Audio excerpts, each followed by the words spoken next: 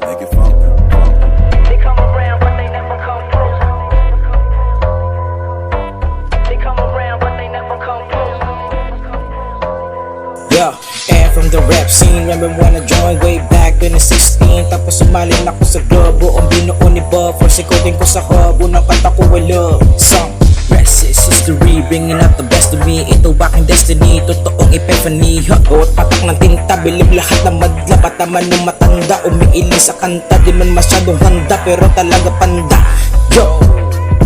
From the get-go, galing na sa ghetto. Di mo malupit no, basta may kwaderno. Kahit sa magpwesto, record ay yung presto. Meron ka ng hit do, kahit anong beat bro. Dapat nasa best mo, meron mabilis, meron di pa hinto-hinto. Tapos biglang babalik para tao manabik. Malayo pa sa dulo pero lagi may dating. Wala man patunguhan kahit magmukhang aning. Mundo may baliktarin, puso'y nasarap pa rin. Naglalakad ako habang kasama mga gangsta na may biglang lumapit sa akin isang tropa. Inakay niya ako mag-rap tapos sumama. Ang daming malupit sa musika ako humanga.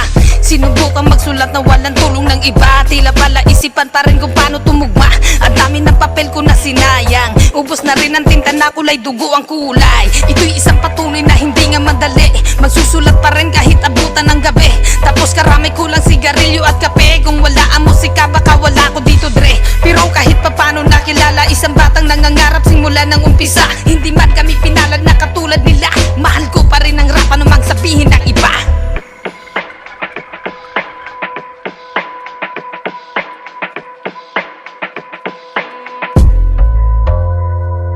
Simula pa noong 2024, di malimutan naging tulay sa akin before. Matagal-tagal na rin ako sa musika, nagbubokal din pala noon sa aming banda. Bagamat gayon pa man ay napag-alaman, may bigla na lang lumapit sa akin na isang kaibigan. Nagsimula lang sa kwentuhan habang kami nagsakapian, ay biglang inakay sa tinatahak nilang larangan. Nagmula pa nga sa Nara, sa Kaharon nakilala, pinagmulan dala-dala. Kaya salamat nga pala sa mga tropang biyasa sa pagsulat. Ako'y nahas ang mga aral ko na kuha, hindi mapupura. Mapaaraw o gabi, kaming lahat walang paki. Sinusulat ang pangarap, magkapangalan sa huli. Kaya salamat mga Dre, kayo lahat ang nagsilbi. Isa kayong inspirasyon, one blood hanggang huli.